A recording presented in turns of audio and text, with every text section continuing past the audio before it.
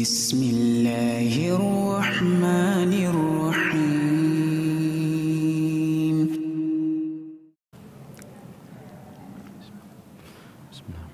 Assalamualaikum warahmatullahi wabarakatuh.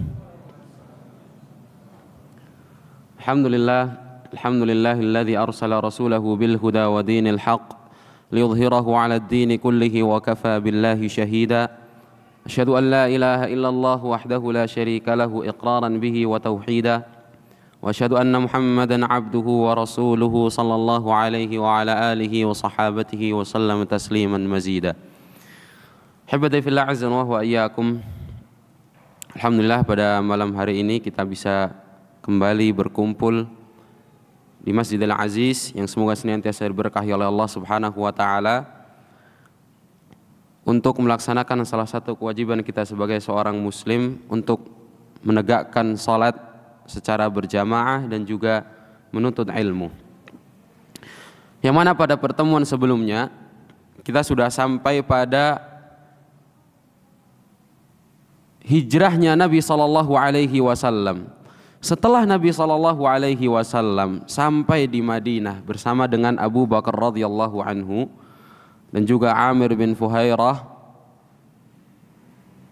kemudian Nabi sallallahu alaihi wasallam melakukan hal-hal yang terpenting yang menjadi pondasi daulah Islamiyah di kemudian hari, yang menjadi landasan negeri Islam di kota Nabi sallallahu alaihi wasallam.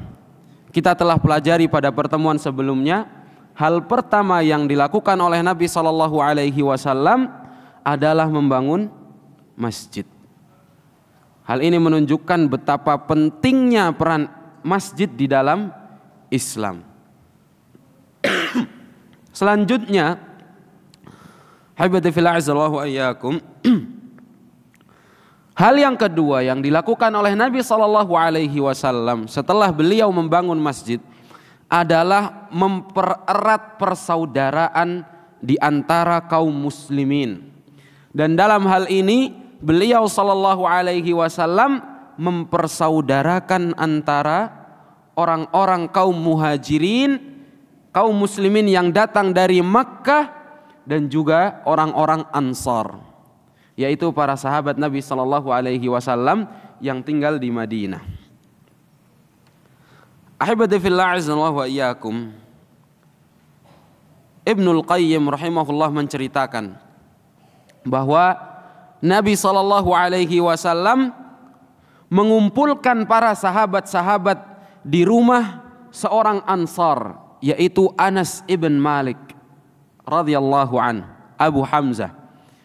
Di rumah Anas ibn Malik inilah berkumpul kurang lebih 90 sahabat-sahabat Nabi sallallahu alaihi wasallam. Setengahnya dari kalangan muhajirin, setengahnya dari kalangan Ansar. Kemudian Nabi sallallahu alaihi wasallam mempersaudarakan antara mereka, sehingga mereka semua saling menolong, saling menyayangi, saling mencintai, saling mengasihi seperti saudara sendiri. Bahkan mereka saling mewarisi ketika ada yang meninggal di kalangan di antara mereka. Sampai kemudian setelah perang Badar turunlah ayat firman Allah Subhanahu wa taala dalam surat An-Nisa. Allah Subhanahu wa taala mengatakan, wa ulul arham ba'duhum aula bi ba'din fi kitabillah. Dan ulul arham, orang-orang yang memiliki kerabat rahim, kerabat dari jalur rahim, ba'duhum aula bi ba'din fi kitabillah, sebagian dari mereka lebih berhak atas sebagian yang lain. Dengan ayat inilah maka kemudian Allah Subhanahu wa taala menasakh, menghapus hukum saling mewarisi di dalam persaudaraan antara Islam, kecuali persaudaraan dalam hubungan rahim. Tapi persaudaraan sesama kaum muslimin itu tidak ada hukum waris lagi setelah turunnya ayat ini. Akan tetapi Selain hukum waris, semuanya masih berlaku. Persaudaraan di antara kaum muslimin, yang mana mereka saling mengasihi, saling menolong, saling membantu, saling mendukung, saling mencintai, saling menjaga antara satu dan lainnya, tidak menzalimi dan lain sebagainya. Itu semuanya masih berlaku. Ibadi fillah azallahu wa iyyakum. Allah Subhanahu wa taala mengatakan di dalam surat Al-Hasyr, kata Allah Subhanahu wa taala, walladzina tabawwa'ud dara wal imana min qablihim, dan mereka orang-orang yang telah terlebih dahulu menduduki, menghuni kota Yathrib, kota Madinah. Wal imana min qablihim, dan mereka telah beriman sebelum kedatangan orang-orang muhajirin ke Madinah. Allah Subhanahu wa taala menceritakan tentang Ansar. Mereka lah orang-orang Ansar, alladzina tabawwa'ud dara wal imana min qablihim. Bagaimana Allah Subhanahu wa taala menceritakan tentang orang-orang Ansar? Kata Allah Subhanahu wa taala, yuhibbuna man hajara ilaihim. Mereka orang-orang Ansar mencintai orang-orang muhajirin yang datang berhijrah kepada bumi mereka, datang tinggal bersama dengan mereka. Wala yajiduna fi sudurihim hajatan mimma utu, dan mereka orang-orang Ansar tidak mendapati di dalam dada mereka keperluan apapun dari orang-orang muhajirin. Bayangkan betapa tingginya akhlak orang Ansar. Datang saudara sesama muslim kepada mereka yang tidak ada hubungan darah, tidak ada hubungan rahim, tidak ada yang mempersatukan mereka kecuali satu kalimat la ilaha illallah, kecuali satu agama, yaitu agama Islam. Mereka tidak berat hati, tidak sungkan untuk menolong saudara-saudara mereka yang datang berhijrah menuju mereka. Orang-orang Ansar rela memberikan apa yang mereka miliki kepada saudara mereka dari kalangan muhajirin. Bahkan Allah Subhanahu wa taala menceritakan tentang mereka, wa yu'thiruna ala anfusihim walau kana bihim khasasah. Mereka orang-orang Ansar mendahulukan apa yang diperlukan oleh kaum muhajirin meskipun mereka juga memerlukannya. Mengutamakan kepentingan orang lain daripada kepentingan mereka sendiri. Di akhir ayat Allah Subhanahu wa taala mengatakan, wa may yuqa syuha nafsihi faulaika humul muflihun. Dan barang siapa yang Allah Subhanahu wa taala jauhkan dari kekikiran, dari kebakhilan, maka merekalah orang-orang yang berjaya. Lihatlah betapa orang-orang Ansar begitu royal, begitu kuat keinginan mereka untuk menolong saudara-saudara mereka dari kalangan muhajirin. Ada sebuah riwayat yang menyebutkan tentang bagaimana kecintaan orang-orang Ansar terhadap orang-orang muhajirin. Riwayat ini begitu terkenal, riwayat yang sahih. Insya Allah teman-teman semua sudah mengetahuinya. Ketika Nabi SAW mempersaudarakan antara kaum muhajirin dan Ansar, salah seorang dari mereka, salah seorang dari muhajirin yang bernama Abdurrahman bin Auf, Nabi SAW persaudarakan antara Abdurrahman bin Auf dengan salah seorang dari Ansar yang bernama Sa'ad ibn Rabi'. Kemudian apa yang dilakukan Sa'ad ibn Rabi'? Sa'ad ibn Rabi' mengatakan, inni la aktsaru ahlil aula aktsarul amsari malan. Aku ini termasuk salah satu orang-orang Ansar yang paling kaya. Maka kemudian mengatakan kepada Abdurrahman bin Auf, bagilah hartaku ini menjadi dua. Setengah untuk saya, setengah untuk kamu, ambillah setengah dari harta yang saya miliki. Walimro'atan, aku juga punya 2 istri.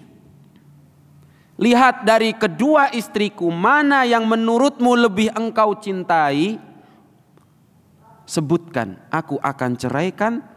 Kemudian setelah selesai iddahnya, aku akan berikan kepadamu, silakan engkau nikahi.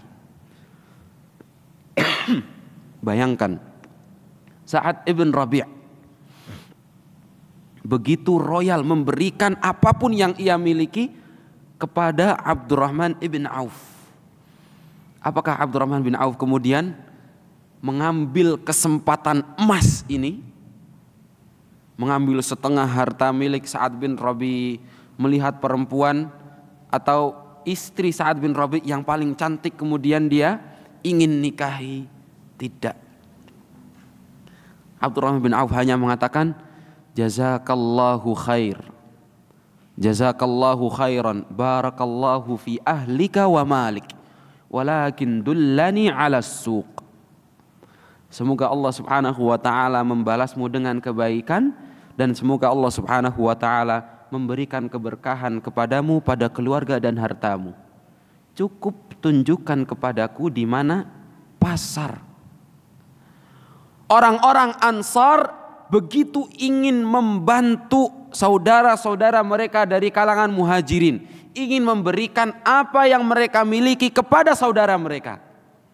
Tapi orang-orang Muhajirin begitu aiffa, begitu menjaga kehormatan mereka. Mereka tidak ingin menggunakan kesempatan ini untuk meraup keuntungan duniawi sebesar-besarnya. Tidak. Mereka menjaga kehormatan mereka. Lihatlah, Abdurrahman bin Auf hanya mengatakan, tunjukkan kepadaku di mana pasar.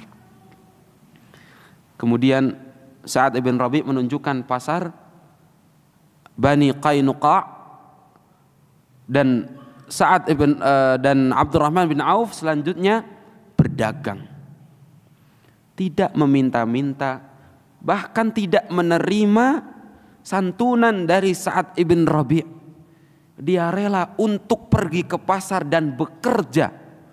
Setiap harinya dia walhamdulillah mendapatkan keuntungan, sampai-sampai suatu hari Nabi SAW melihat Abdurrahman bin Auf ada bekas kekuning-kuningan di kulitnya, pertanda ia aris, orang yang baru menikah. Maka Nabi SAW bertanya kepada Abdurrahman bin Auf, mahyam ya Abdurrahman, bagaimana kabarmu hari ini ya Abdurrahman? Abdurrahman mengatakan, tazawwajtu imra'atan minal ansar, aku telah menikahi seorang perempuan dari kalangan Ansar. Mahar apa yang kamu berikan? Abdurrahman bin Auf mengatakan, sebutir emas, sebutir kecil, sebutir emas. Maka kemudian Nabi SAW mendoakan keberkahan kepada Abdurrahman bin Auf, sehingga Abdurrahman bin Auf termasuk salah satu sahabat Nabi SAW yang terkaya secara duniawi maupun secara akhirat. Karena Nabi SAW menjamin Abdurrahman bin Auf dengan surga. Termasuk salah satu sahabat, 10 sahabat yang disebutkan namanya satu persatu secara berurutan oleh Nabi SAW untuk dijamin masuk ke dalam surga. Lihatlah mereka, orang-orang kaum Muhajirin dan orang-orang Ansar. Orang-orang Ansar begitu ingin memberikan apa yang mereka miliki kepada kaum Muhajirin. Tapi orang-orang Muhajirin begitu menjaga kehormatan mereka, tidak mau sungkan untuk menerima bantuan dari orang-orang Ansar secara percuma. Lihatlah mereka sahabat-sahabat Nabi SAW. Sampai-sampai kadang saya sering kali waktu di Madinah ketemu dengan jamaah umroh. Sering sekali pertanyaan yang dilontarkan oleh mereka jamaah umroh dari Indonesia, Mas, masih ada gak sih orang-orang Ansor? Ustaz, saya pengen ketemu orang Ansor, berharap ingin diberikan sesuatu oleh orang-orang Ansor. Karena orang-orang Ansar terkenal jawad, terkenal begitu dermawan. Dan masih ada, memang sampai sekarang masih ada keturunan-keturunan Ansar, keturunan sahabat-sahabat Nabi SAW dari kalangan Ansar, dan mereka begitu terkenal dengan kedermawanannya. Kalau orang-orang sekarang, banyak dari mereka yang satu begitu kikir, pelit, bakhil, yang punya harta pelit untuk memberikan sebagian dari hartanya, yang tidak punya harta begitu ingin menerima, begitu berharap untuk mendapatkan pemberian dari si kaya, dari orang yang punya harta. Nggak ketemu. Yang satu berharapnya untuk diberi, yang satu lagi pelit. Nggak ketemu. Kalau sahabat Nabi SAW dari kalangan Muhajirin dan Ansar, yang Ansar ingin memberikan sebanyak yang mereka punya, yang Muhajirin menjaga kehormatan mereka. Begitulah sahabat-sahabat Nabi SAW.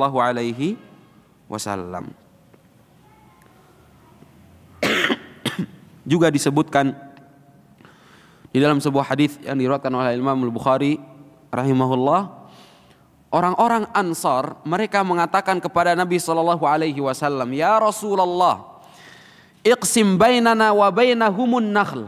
Bagilah harta atau bagilah korma yang kami miliki dengan mereka, saudara-saudara kami dari kalangan Muhajirin.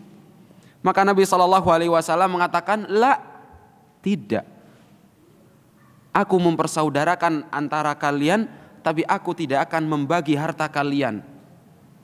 Karena Nabi SAW takut orang akan mengira Nabi memanfaatkan orang-orang Ansar untuk mengambil harta-harta mereka. Akan tetapi kemudian beliau SAW mengatakan, "Takfunal ma'unah wa tusyrikuna fith thamar." Cukup kalian memberikan kepada kami keperluan yang kami perlukan, kebutuhan yang kami perlukan, cukup sebatas kebutuhan. Dan kalian mengikutkan kami dalam buah-buah korma yang kalian miliki. Saling berbagi saja, sudah cukup. Tidak perlu dibagi rata, tidak perlu. Cukup saling berbagi saja. Maka kemudian mereka orang-orang Ansar mengatakan, "Sami'na wa ata'na." Kami mendengar dan kami taati. Itulah perkataan orang-orang beriman yang sesungguhnya. Kalangan Ansar ketika mendapati perintah dari Nabi SAW, mereka tidak berpikir panjang, mereka hanya mengatakan sami'na wa ata'na. Kami mendengar dan kami taati. Karena sebelumnya mereka pun telah melakukan perjanjian bai'at Aqabah. Mereka telah berjanji untuk menolong Nabi SAW bersama dengan sahabat-sahabatnya yang akan datang di kemudian hari menuju negeri mereka. Maka salah satu konsekuensi dari perjanjian tersebut adalah mereka akan menolong, membantu saudara-saudara mereka dari kalangan Muhajirin dengan apapun yang mereka miliki, dengan hal apapun yang mereka bisa berikan, yang mereka bisa lakukan, yang mereka bisa upayakan. Dan begitulah orang-orang Ansar, sehingga benarlah ketika Nabi SAW mengatakan hubbul ansar minal iman. Salah satu tanda keimanan adalah mencintai orang-orang Ansar. Karena lihatlah betapa besar perjuangan, pengorbanan yang mereka lakukan, yang mereka kerahkan untuk dakwah, untuk agama Islam ini. Ibadi fillah azan wa iyyakum. Hal ini, persaudaraan antara kaum Muhajirin dan juga kaum Ansar, memiliki pengaruh yang begitu besar. Bahkan persaudaraan inilah yang menjadi pondasi, yang menjadi asas al-mujtama' al-islami, asas kehidupan kaum muslimin dalam bersosial. Lihatlah mereka orang-orang muhajirin, mereka orang-orang yang asing. Mereka datang dari negeri yang jauh, dari Mekkah menuju Madinah tanpa ada kerabat. Mereka meninggalkan saudara mereka, mereka meninggalkan harta mereka di Mekkah, datang ke Madinah sebagai seorang yang asing. Kemudian Nabi SAW persaudarakan antara mereka dengan orang-orang Ansar. Sehingga timbullah persatuan di antara kaum muslimin. Dan dengan persaudaraan inilah hilang fanatisme golongan. Tidak ada lagi saya dari Quraisy, kamu dari Ansar, kamu bukan orang Quraisy. Saya berkulit putih, kamu berkulit hitam. Saya tinggi, kamu pendek. Saya seorang pedagang, kamu seorang pekebun, dan lain sebagainya. Tidak ada lagi fanatisme lagi, fanatisme golongan tertentu antara kaum muhajirin dan kalangan Ansor. Yang ada hanya mereka merupakan orang yang saling bersaudara dikarenakan satu agama, yaitu Islam. Seperti firman Allah Subhanahu wa taala, innamal mu'minuna ikhwah. Sesungguhnya yang saling bersaudara antara satu dan yang lainnya adalah mereka kaum mukminin, orang-orang yang beriman. Ibadillah azza wa iyyakum.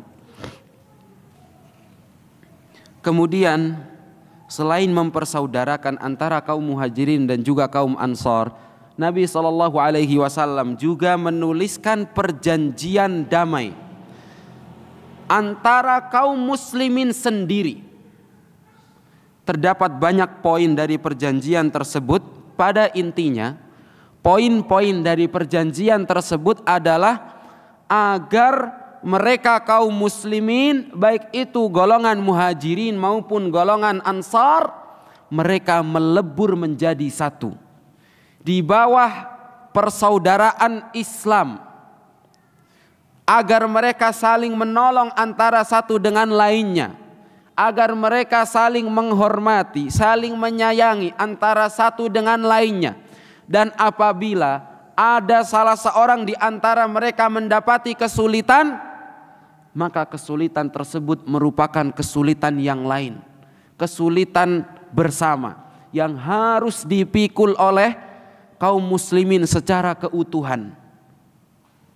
Dan poin-poin yang lainnya yang pada intinya merupakan ajaran-ajaran kebaikan yang diajarkan oleh Islam. Hal inilah yang membuat Islam agama yang begitu indah, sehingga banyak dari manusia yang tertarik dengan agama Islam, termasuk salah satunya pembesar Yahudi. Kalau teman-teman masih ingat, pada pertemuan yang lalu kita bahas bagaimana pembesar Yahudi masuk ke dalam agama Islam persis saat Nabi SAW tiba di Madinah, yaitu Abdullah bin Salam. Abdullah bin Salam, ketika Nabi SAW tiba di Madinah, beliau hendak menemui Nabi SAW. Ketika kemudian Abdullah bin Salam melihat wajah Nabi SAW, Abdullah bin Salam melihat wajah Nabi SAW, wajah yang penuh dengan kejujuran, wajah yang tidak ada kedustaan di dalamnya. Maka kemudian Abdullah mengerti bahwa Nabi Muhammad SAW adalah benar Nabi yang dijanjikan oleh Allah Subhanahu wa taala di dalam ajaran Taurat, di dalam ajaran kitab orang-orang Yahudi.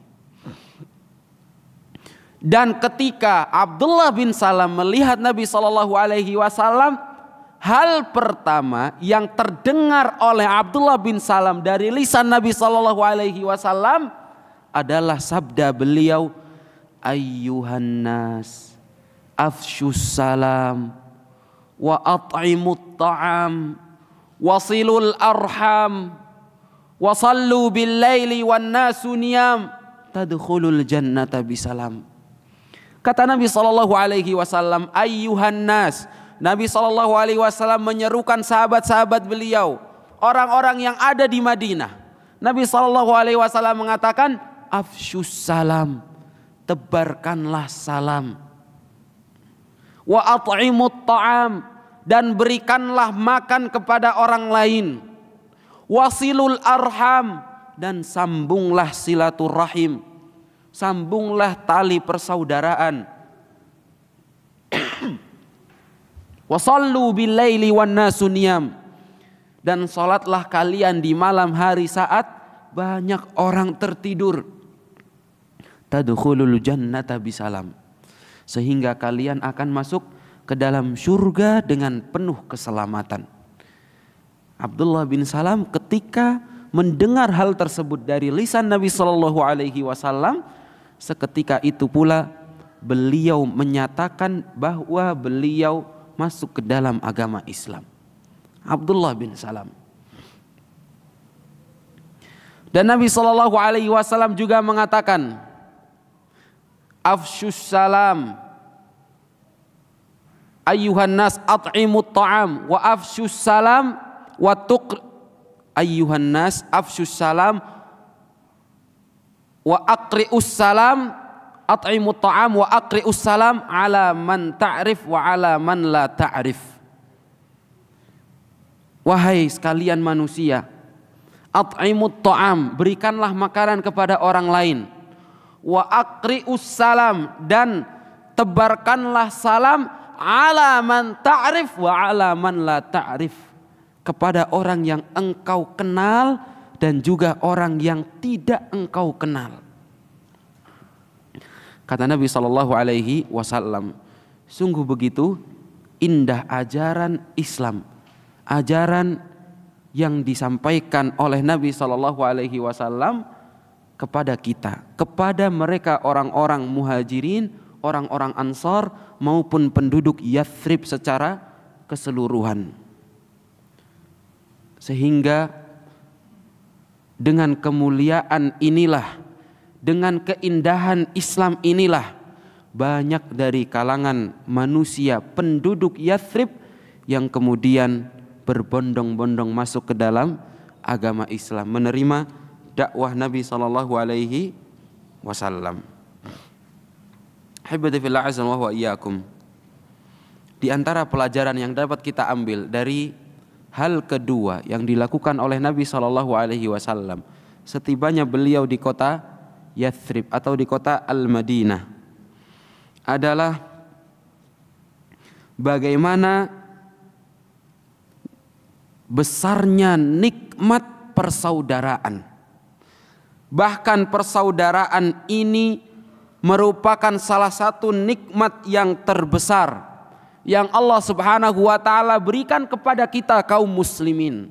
Lihatlah bagaimana Allah Subhanahu wa taala mengatakan di dalam surat Ali Imran, kata Allah Subhanahu wa taala, "Wadhkuru ni'matallahi 'alaikum idz kuntum a'daan fa'allafa baina qulubikum wa asbahtum bi ni'matihi ikhwana." Dan ingatlah nikmat yang Allah Subhanahu wa taala berikan kepada kalian ketika sebelumnya kalian saling bermusuhan, kemudian Allah Subhanahu wa taala lunakkan hati-hati kalian sehingga kalian di kemudian hari menjadi bersaudara. Wa kuntum ala syafa hufratin minan nar fa'anqadhakum minha, dan dahulu sebelumnya kalian sudah berada pada tepi jurang neraka, kemudian Allah Subhanahu wa taala selamatkan kalian dari jurang tersebut. Allah Subhanahu wa taala mendahulukan nikmat persaudaraan dari nikmat menyelamatkan hamba dari api neraka. Ini menunjukkan betapa besarnya, betapa agungnya nikmat persaudaraan.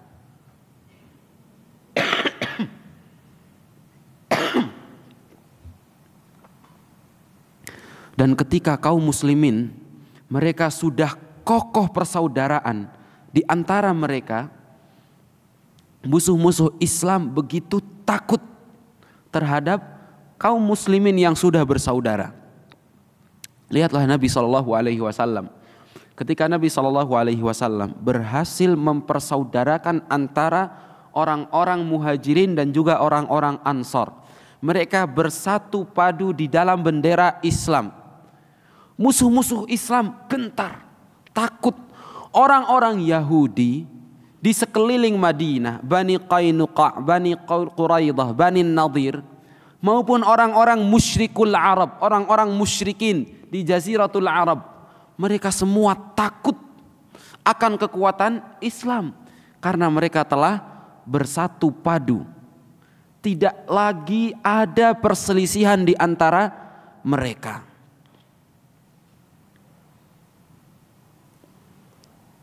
Orang Indonesia zaman penjajahan dulu, para pejuang-pejuang kita pun mengatakan demikian. Apa kata mereka? Musuh kalian nanti itu lebih berat daripada musuh kami hari ini. Mengapa? Karena musuh yang kami hadapi hari ini itu orang-orang luar, orang-orang asing, penjajah-penjajah Belanda, penjajah-penjajah Jepang.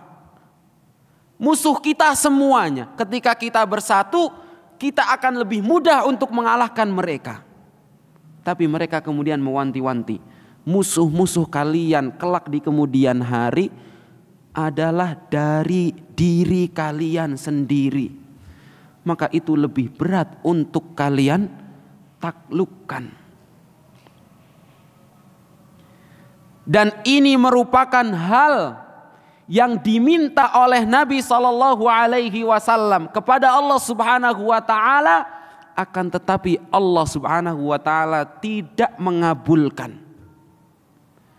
Nabi SAW meminta 3 hal kepada Allah Subhanahu wa Ta'ala untuk tidak menghancurkan mereka, mengazab mereka sekaligus dalam satu waktu, sebagaimana Allah Subhanahu wa Ta'ala menghancurkan umat-umat sebelum kita, sebelum umat Nabi SAW.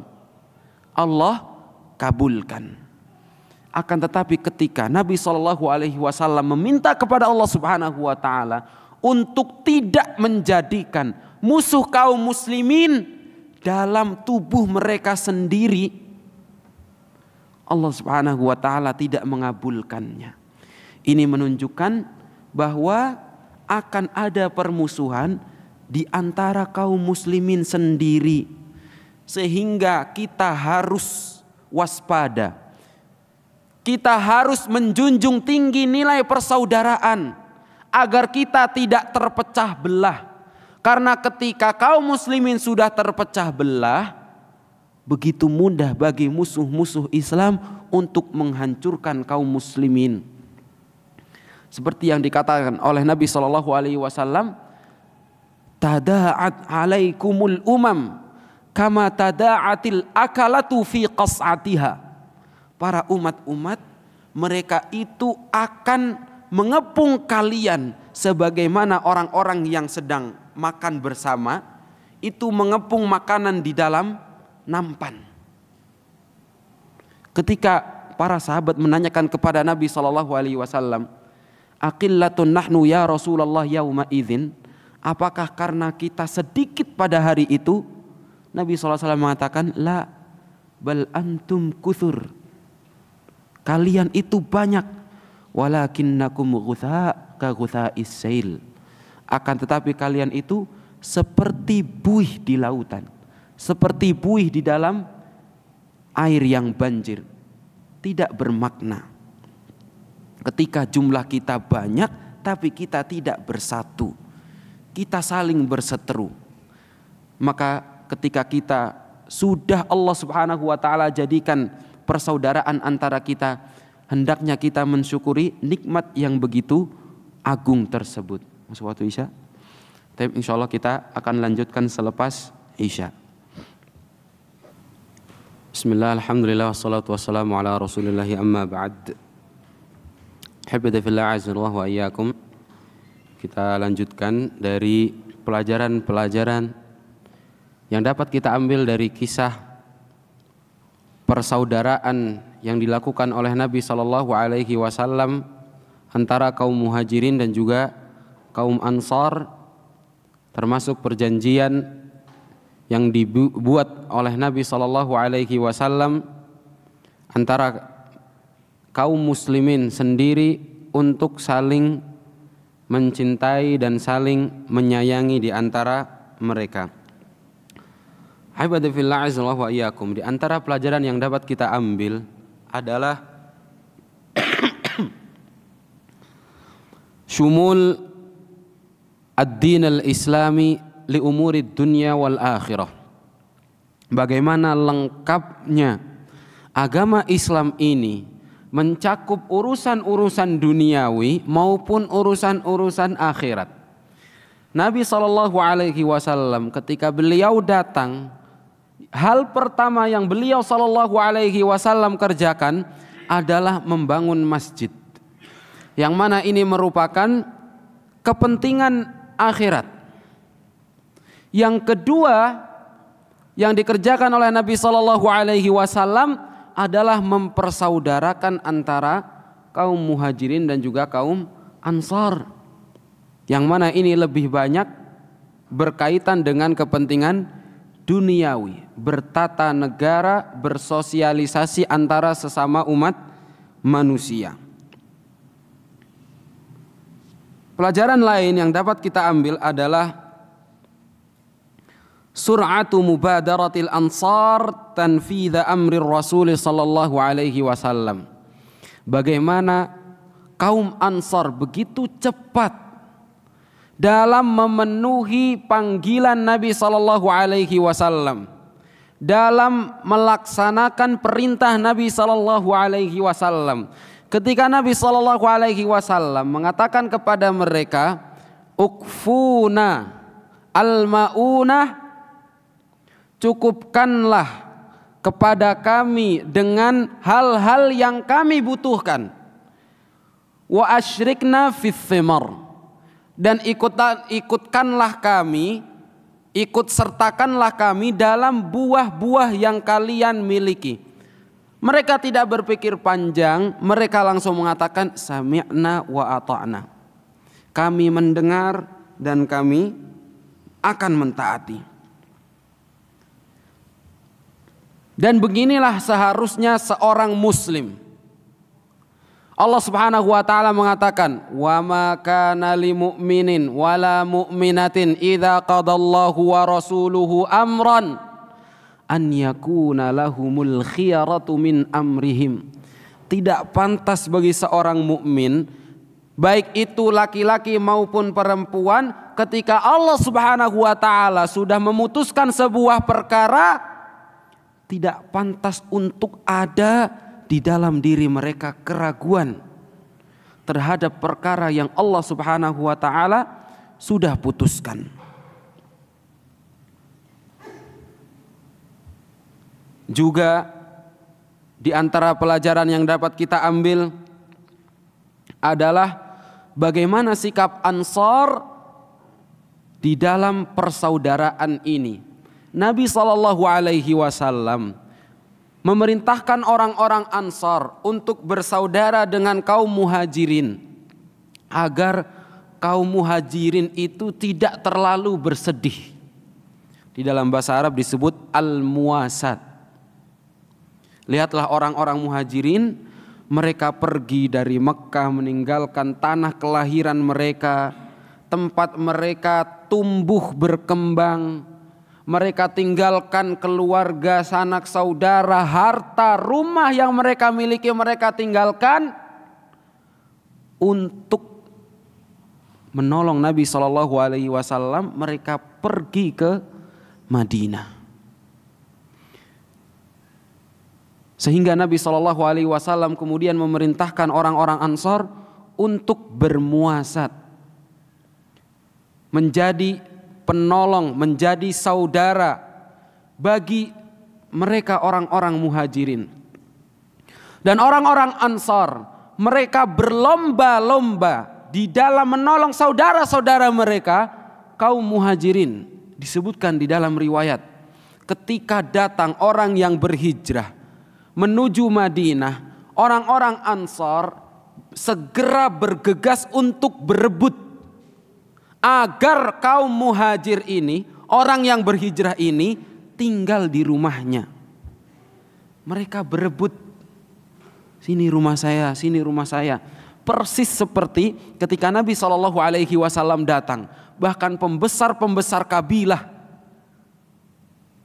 masing-masing dari mereka berlomba-lomba untuk menggandeng atau memegang tali pengikat tunggangan Nabi SAW agar mau singgah di rumahnya. Begitu pula yang mereka lakukan kepada sahabat-sahabat Nabi SAW dari kalangan muhajirin. Mereka tidak sekedar bermuasat, hanya sekedar mengusir kesedihan kaum muhajirin yang pergi meninggalkan tanah kelahiran mereka, akan tetapi lebih dari itu, mereka justru menyamakan antara mereka dengan saudara mereka dari kalangan muhajirin. Bahkan lebih dari itu, sebagaimana yang Allah Subhanahu wa taala katakan, wa yu'thiruna ala anfusihim walau kana bihim khasasah. Mereka mengutamakan orang lain, saudara-saudara mereka dari kalangan muhajirin atas diri mereka sendiri, padahal diri mereka begitu membutuhkan. Dan beginilah seharusnya seorang muslim. Sifatul muslim, idza wajad athar wa idza iftaqar ta'affaf. Seorang muslim itu hendaknya seperti orang-orang Ansor. Ketika dia merasa punya, dia akan berbagi dengan orang lain, bahkan mengutamakan orang lain. Tentunya dalam urusan dunia.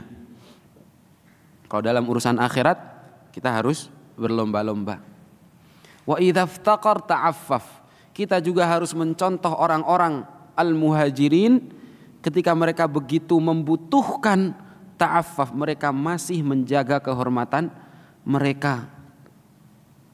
Tidak seperti orang-orang sekarang, ramai tersebar di kalangan orang-orang saat ini.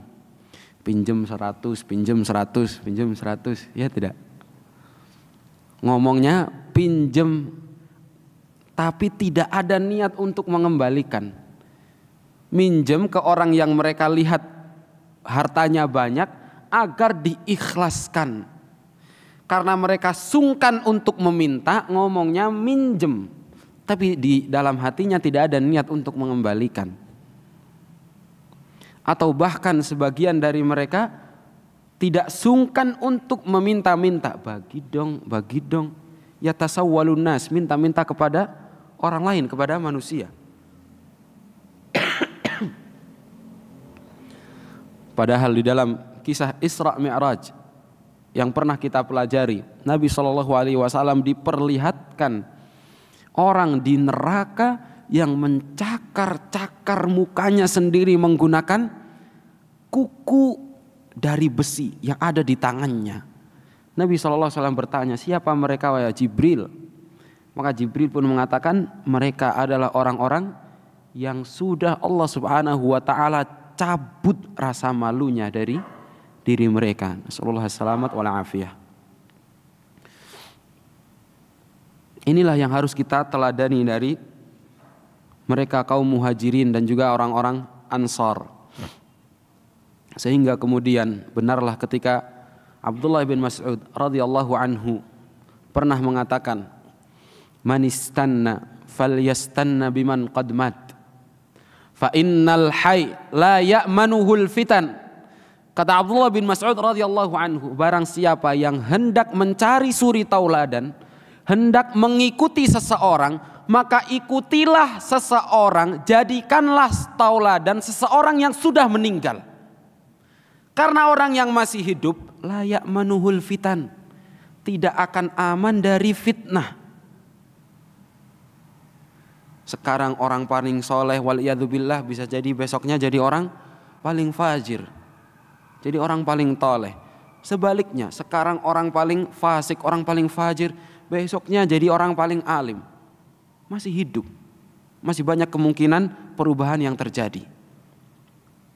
Makanya Abdullah bin Mas'ud mengatakan, siapa yang hendak menjadikan seorang sebagai suri tauladan, jadikanlah suri tauladan orang yang sudah meninggal. Karena orang yang masih hidup tidak akan selamat dari fitnah. Tapi tidak semua orang yang sudah meninggal kita jadikan suri tauladan.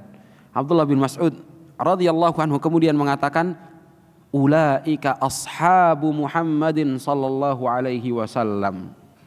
Yang hendaknya kita jadikan suri tauladan, mereka adalah sahabat-sahabat Nabi sallallahu alaihi wasallam. Mengapa kita hendaknya menjadikan mereka sahabat-sahabat Nabi sallallahu alaihi wasallam, orang-orang muhajirin, orang-orang ansar sebagai suri tauladan bagi kita? Abdullah bin Mas'ud mengatakan, kanu afdala hadhil ummah. Mereka adalah umat yang paling utama, generasi yang paling mulia. Abarruha quluban, umat yang hatinya paling bersih, paling suci, paling bertakwa. Wa a'maquha ilman, dan yang ilmunya paling dalam. Wa aqalluha takallufan, yang paling sedikit membebani dirinya sendiri dengan perkara-perkara yang tidak Allah Subhanahu wa taala perintahkan. Ikhtarahumullah li suhbati nabiyhi, Allah Subhanahu wa taala telah memilih mereka untuk menjadi sahabat bagi nabinya. Wa iqamati dinihi, dan juga untuk menegakkan agamanya. Fa'rifu lahum fadlahum, maka ketahuilah keutamaan mereka. Wattabi'u atharahum, dan juga ikutilah jejak-jejak mereka.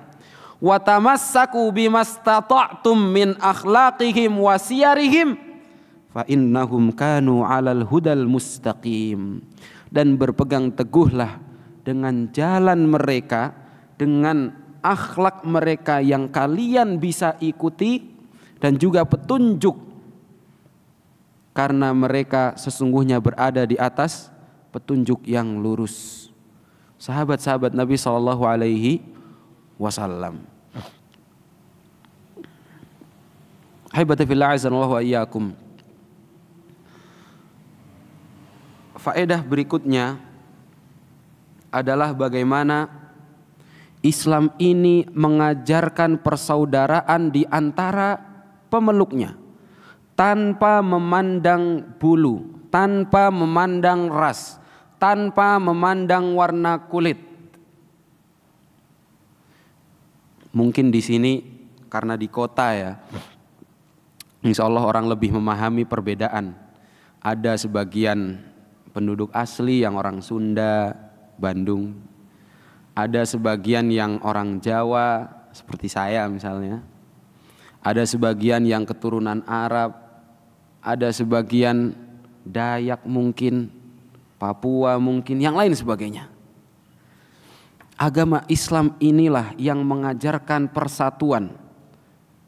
Agama Islam inilah yang mengajarkan persaudaraan di antara mereka semua tanpa memandang fanatisme apapun.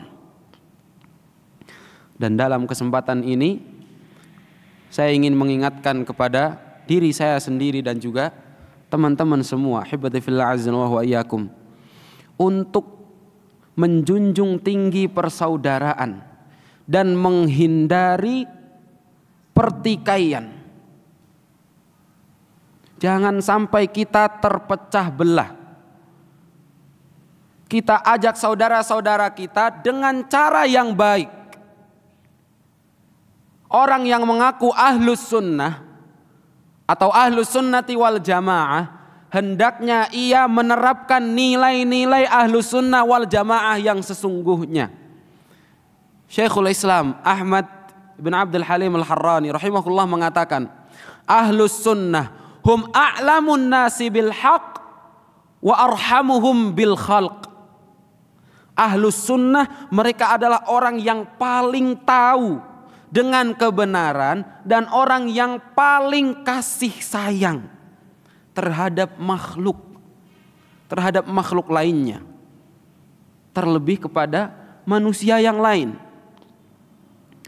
Jangan sampai kita sebagai seorang yang mengaku ahlus sunnah wal jamaah, tapi seakan-akan kita saja yang ahlus sunnah wal jamaah, dan kita tidak peduli dengan orang lain, apakah orang lain ahlus sunnah wal jamaah ataukah bukan, atau bahkan mengecap hanya golongan saya yang ahlus sunnah, yang lain bukan ahlus sunnah. Menjauhi golongan-golongan yang lainnya, tidak mau berbaur dengan mereka, tidak mau bermuamalah dengan mereka dengan alasan mereka bukan ahlus sunnah. Ia tidak mau bermuamalah dengan kaum muslimin secara umum, hanya memilih-milih, memilah-milah. Tapi dengan orang kafir dia bermuamalah dengan baik. Dia berteman, berkawan dengan baik dengan orang kafir, wal'iyadzubillah. Di antara perjanjian yang dituliskan oleh Nabi SAW terhadap kaum muslimin, muhajirin dan juga ansar, agar mereka tidak membunuh di antara mereka disebabkan orang kafir. Jadi kalau ada orang muslim membunuh orang kafir, kemudian dia tidak dikisos karena dia muslim, tentunya tidak asal membunuh dan ada kaedah-kaedahnya.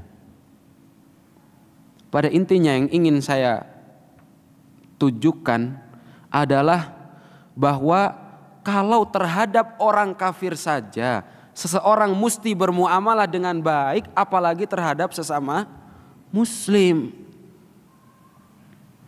Dan saya sering mengingatkan akan hal ini, persaudaraan antara kaum muslimin dan rahmatnya atau tingginya kasih sayang ahlus sunnah wal jamaah terhadap makhluk, terhadap yang lainnya. Kita mengajak orang lain kepada ajaran yang benar, kepada ajaran Islam yang dibawakan oleh Allah Subhanahu wa taala, yang dibawakan oleh Nabi sallallahu alaihi wasallam melalui para sahabat-sahabat beliau dengan cara yang baik, seperti beliau sallallahu alaihi wasallam dan juga para sahabat menyampaikan.